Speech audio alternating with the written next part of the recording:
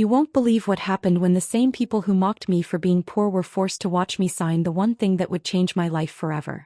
By the end of this story they would be humiliated and well, let me show you how success truly is the best revenge.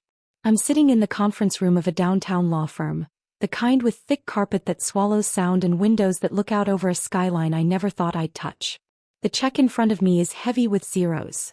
More money than I've ever seen in my life. My fingers rest on the edge of the paper, but I'm not signing it yet. Not while they're all here. Across from me sits Lillian, my soon-to-be ex-mother-in-law, lips pursed so tightly they could slice glass. Next to her, Daniel, the man who swore he loved me but kept a running tally of every dime I spent. And in the corner, Ethan, my boss, the one who built his reputation on my ideas. They're all here silent watching me. I could say something. I could gloat. But instead I let the moment hang in the air like a storm waiting to break. Because to understand why this check is more than just money, why it's a reckoning, I need to start from the beginning. I didn't grow up with much. My mother worked double shifts as a caregiver. My father disappeared when I was 12. We measured groceries by the week, bills by the day, and dreams in maybe someday increments. I learned early that money isn't just paper. It's power, respect, and sometimes survival. By 26, I'd moved to Austin with a degree in project coordination and a determination to build something better. My job at Halden & Company, a boutique commercial design firm, was supposed to be my big break. I started as a receptionist, but I was a fast learner.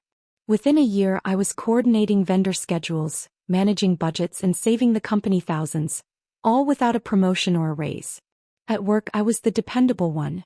At home I was Daniel's low-maintenance fiancé. The one who could turn a thrifted dress into something magazine-worthy. He loved telling people I had a gift for making do, like frugality was a quirky hobby instead of a necessity. His mother, Lillian, was less subtle. From the moment we met, she sized me up like a defective product she'd been forced to accept. The first cracks were small. A joke from a coworker about my coupon lunches. Daniel suggesting I shouldn't waste money on my mother's birthday because we need to think long-term. Lillian casually asking if my side of the family would be able to contribute to the wedding. At work, I noticed my ideas showing up in meetings without my name attached. My vendor negotiation strategies, my budget hacks, all suddenly credited to Ethan or to Paige, the new hire who seemed to appear out of nowhere and already had a management title. It was easy to brush off one slight.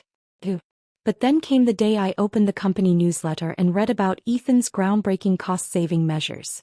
Measures I'd stayed up until 2 a.m. refining just weeks before. And then at a family dinner, Lillian smiled across the table and said, "It's not your fault you grew up without much. You just don't know what quality looks like yet." That's when I realized something was terribly wrong. And it wasn't just about money. The breaking point didn't come as a loud crash. It started quietly. A shared drive notification, a forwarded email, a sentence that felt too familiar to be coincidence. I was at my desk early one morning, coffee in hand, when I opened a file labeled, Budget Optimization, Final. My stomach dropped. The spreadsheet was mine. My formulas, my vendor contacts, my phased delivery plan. The only difference? The name at the top, prepared by Paige M. I scrolled down and found my own notes, copied word for word, rephrased just enough to pass as inspired. And at the bottom, under attribution, her initials sat where mine should have been. It wasn't the first time. My project timelines, client communication strategies, even my little trick for shaving 8% off material costs. All of it had slowly been repackaged under someone else's name. Ethan played the part of the proud mentor, praising Paige for streamlining our operations in meetings while I sat there, smiling through gritted teeth. But it didn't end at work. That Friday I went to Daniel's apartment to drop off some vendor contracts he needed to review. His kitchen counter held 2 champagne glasses, one with a lipstick mark I didn't recognize and a half-empty bottle. In the trash, a takeout bag from a restaurant we used to go to on special occasions, the kind of place you don't eat at alone. I told myself it could be innocent. A client dinner. A friend visiting. But something about the silence when I walked in, the way he glanced at me like I'd interrupted a private thought, told me the truth before he ever would. The pieces started clicking into place. The late nights at work, the texts left unanswered, the way he kept deflecting wedding planning until things settled down at the office. The fallout wasn't immediate. That's the thing about betrayal. It's a slow bleed. At work, Paige's star rose while mine dimmed. I stopped being invited to certain client calls. Files I needed suddenly moved to private folders. When I asked Ethan about the changes, he smiled and said, "We're just rebalancing responsibilities to avoid burnout." At home, or rather in Daniel's world, I became an accessory. At family dinners, Lillian made pointed comments about how wedding budgets can really stretch a couple's finances, always glancing at me like I was the stretch. When I offered ideas for a modest ceremony, Daniel brushed them off, saying, "Mom has better taste in these things." The worst part? No one saw it. To everyone else, Paige was a rising star. Ethan was a generous boss. Daniel was a doting fiancé. Lillian was just helping. But I knew better. I was being erased at work, replaced in my relationship, and cornered in my own life. And somewhere deep inside, a quiet, steady voice was beginning to whisper, "They think you're weak. They think you'll take it." They were wrong. The breaking point came on a Thursday afternoon. Paige was leading a process workshop for the team. My process, my slides, my words. And Ethan sat there nodding like she'd just invented fire. Then mid-presentation, Paige said, "Of course I can't take full credit for this. I had some help." She looked directly at me, smiled sweetly, and added, "She's great with the little details." Little details. That was the moment. That was when I decided I wasn't going to just survive this. I was going to end it. They thought I was weak. They were wrong. That night, I went home, poured myself a glass of the cheapest red wine I could find, and opened a new document on my laptop. The title, Operation Rebuild. Because I wasn't just going to get back what they took. I was going to make sure they could never take from me again. Step 1. Evidence. I combed through every shared drive, every version history, every email chain. Anything with my work attached to their names went into a private encrypted folder. Screenshots. PDFs. Time-stamped backups. I made copies on a hard drive and stored it in a fireproof lockbox at my mother's house. Step 2. Connections. I reached out to vendors I'd worked with for years. People who knew my voice, my negotiation style. Casually, in conversation, I asked if they'd noticed any changes in communication or pricing. Most had. One even forwarded me an email from Paige where she'd clumsily copied and pasted my exact negotiation script, typo and all. Step 3. Timing. I waited. Public takedowns are all about timing. Too soon and you look bitter, too late and you lose impact. The perfect moment came when the company prepared for its biggest project pitch of the year. The Travis Tech bid was worth millions and every department had a stake in it. The obstacle? Ethan and Paige were locking me out of key meetings. So I found another way in, through the vendors.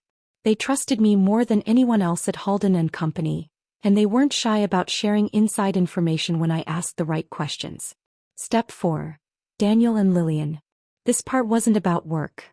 It was personal. I stopped confronting them and started listening. I let Lillian believe I was too intimidated to push back. I let Daniel think I was distracted with wedding stress. I wanted them comfortable, unguarded, and predictable. Phase 1 was just the beginning. If you're still with me and you haven't subscribed yet, now's the time. That way you won't miss what happens when all these careful little steps come together in the most satisfying way possible. And if you're already hooked by this story, give it a like and drop a comment. I read them all and I'd love to hear what you think so far. The trap didn't spring all at once. It was a slow tightening of threads until they couldn't move without tangling themselves further. 2 weeks before the Travis Tech pitch, I accidentally CC'd Paige on an email to a vendor asking for clarification on a key materials cost. The vendor, loyal to me, replied with a detailed breakdown showing the original price, the one I'd negotiated months ago, and the inflated figure Paige had sent over. I knew she'd scramble to cover it up, and she did. She rushed to correct the file, but the audit log recorded every change. Meanwhile, I prepared my own version of the pitch deck. The real numbers, the real strategy, the timeline that would actually deliver the project on budget.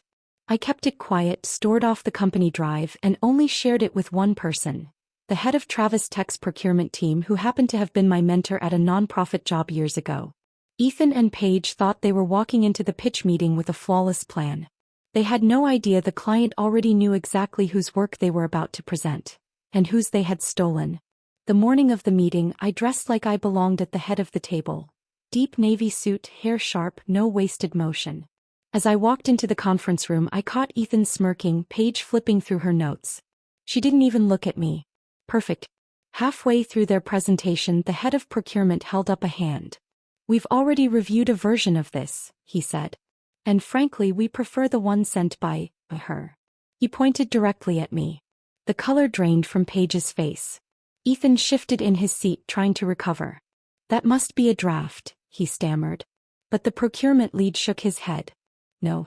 It's the only proposal that made sense." I leaned back, letting the silence crush them.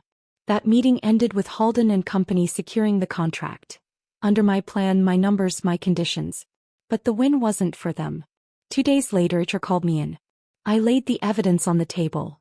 Every stolen file, every altered spreadsheet, every email proving Paige and Ethan had been passing my work off as theirs. I didn't raise my voice. I didn't need to. The documents spoke louder than I ever could. By the following week, Ethan was stepping down to pursue other opportunities. Paige was no longer with the company. I walked out of that office with a severance package fat enough to fund my next move, and a glowing reference from the CEO who had no choice but to acknowledge my role. And as for Daniel and Lillian, I ended the engagement with a single sentence: "You were both right, I don't belong in your family." I left the ring on the table and walked out, the sound of their disbelief following me down the hall. What they didn't know yet was that the real payday was coming, in the form of an inheritance they'd never see a penny of. The fallout was swift, and for the first time in a long time, it was delicious to watch. At Halden and Company, Ethan's resignation was more of a quiet exile.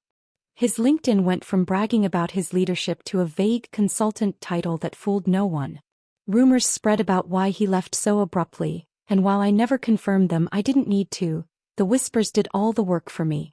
Paige's downfall was even sharper. She went from being the golden girl of the office to completely erased from the company's website within 48 hours. Her social media, once a highlight reel of career wins, suddenly went private. I'd like to say I didn't care, but I did. Not because I wanted them to suffer, but because their removal cleared the space I needed to breathe. And breathe I did. With the severance and a few months of careful planning, I launched my own consultancy, specializing in vendor negotiations and project optimization. Within the first quarter, I had 3 major clients, including Travis Tech, who insisted on working with me directly.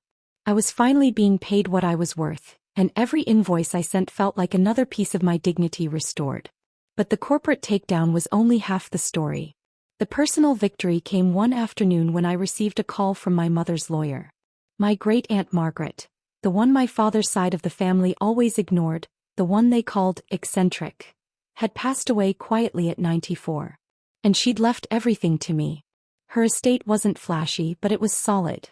A debt-free house in the hill country, a portfolio of blue-chip stocks, and a checking account with more than enough to change the trajectory of my life.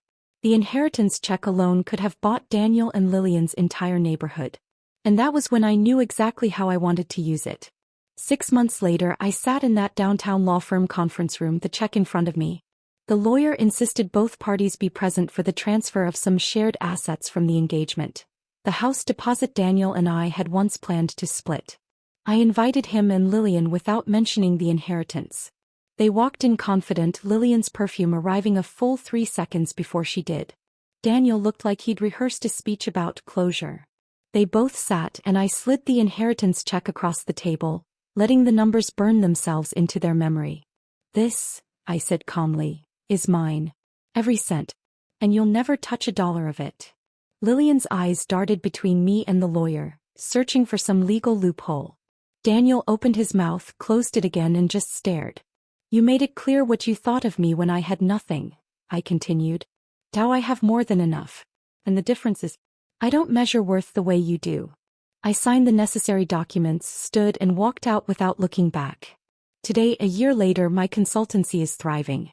I've expanded into training programs for small businesses, helping people who remind me of myself. Resourceful, overlooked, underestimated. The Hill Country House is now a retreat center for women rebuilding their careers after setbacks. Every month, I host workshops there, teaching them not just how to negotiate contracts but how to negotiate for themselves. Ethan, Last I heard he's working freelance gigs, the kind where clients pay late and expect too much. Paige tried to join another design firm, but her reputation followed her. Industry circles are small and plagiarism leaves a stain you can't scrub out. Daniel married someone else within the year. Someone with a trust fund and a last name Lillian could boast about at her garden parties. But from what mutual friends say, he spends more time with his business trips than at home. Do I feel sorry for them? Free. Because here's the truth. Revenge isn't just about the moment they fall. It's about the life you build after they're gone. The quiet mornings without anxiety. The freedom to make choices without begging for permission. The strength that comes from knowing you can survive betrayal and still thrive. If you've ever been underestimated, overlooked, or dismissed, remember this. The most powerful thing you can do is rise so far above the people who tried to hold you down that they can't even see you anymore. Sometimes the best revenge isn't getting even, it's getting ahead. And trust me, I'm just getting started. If you felt that twist in your chest when I slid that check across the table, then you know why I tell these stories. And if you haven't already, hit that subscribe button so you don't miss the next one, because the next story is even wilder. Drop a like if you enjoyed watching karma unfold and tell me in the comments, what would you have done with that inheritance? I read every single one and your stories inspire the next chapter.